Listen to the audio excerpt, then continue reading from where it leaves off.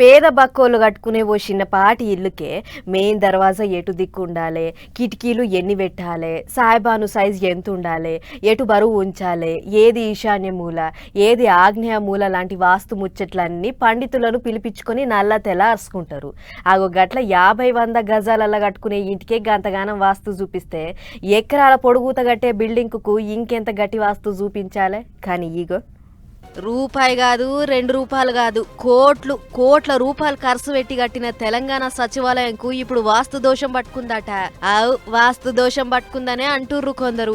తూర్పు దిక్కుండే main gate, అదే Baahubali gate ఉందిగా, మరి దాంట్లోకేం చూస్తుంటే బండ్లు పంచర్ అవుతున్నాయో లేకుంటే లీడర్లకు దగ్గు పడిషం ఏమన్నా పట్టుకుంటున్నాయో తెలియదు గాని ఆ గేట్ ను వెంటనే మార్వాలే అని దాన్ని పురాగా పీకి పడేసిర్రు. దాని జాగల ఇనుప రేకులు పెట్టిర్రు. ఇక ఈశాన్యం దిక్కున్న ఇనుప గ్రిల్స్ వీకేసి దాని జాగల కొత్త గేట్ ను పెట్టిర్రు.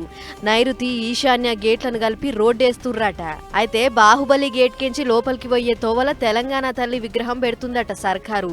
అందుకే తూర్పు దిక్కున్న బాహుబలి గేట్ ను పురాగా బంద్ చేస్తున్నాం. ఈ కాడ నుంచి ఆ జాగొక్క తెలంగాణ తల్లికే ఉండాలి అని ఈ నిర్ణయం తీసుకున్నామని చెప్పుకొస్తుంది సర్కార్.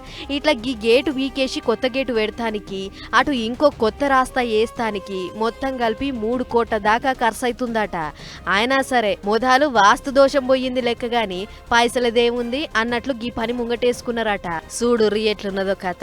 ఊకే వచ్చిన మంత్రులు ఇంకా తత్మ అధికారులు ఊకెవై వాళ్ళ కుర్చీలలో కూర్చొని ఎవళ్ళ పళ్ళు వాళ్ళు వేసుకుంటే ఓడిచిపోయేదానికి ఈ గేట్లేం అడ్డం వచ్చినాయని పాత వీకి కొత్త పెడుతుర్రు.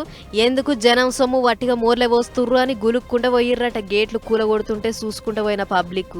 ఆయన రాష్ట్రానికి పట్టిన వాస్తు దోషాన్ని పోగొడటానికి కోట్లు ఖర్చు పెట్టినా తప్పులేదు గాని గిట్ల పారి గోడలకు పెట్టిన గేట్లు వీకేసి కొత్త గేటు పెడతానికి కోట్లు ఏమిటికి ఖర్చు పెడుతుర్రు సార్ అని అడుగుతుర్రు గీ ముచ్చట చూసిన పబ్లిక్.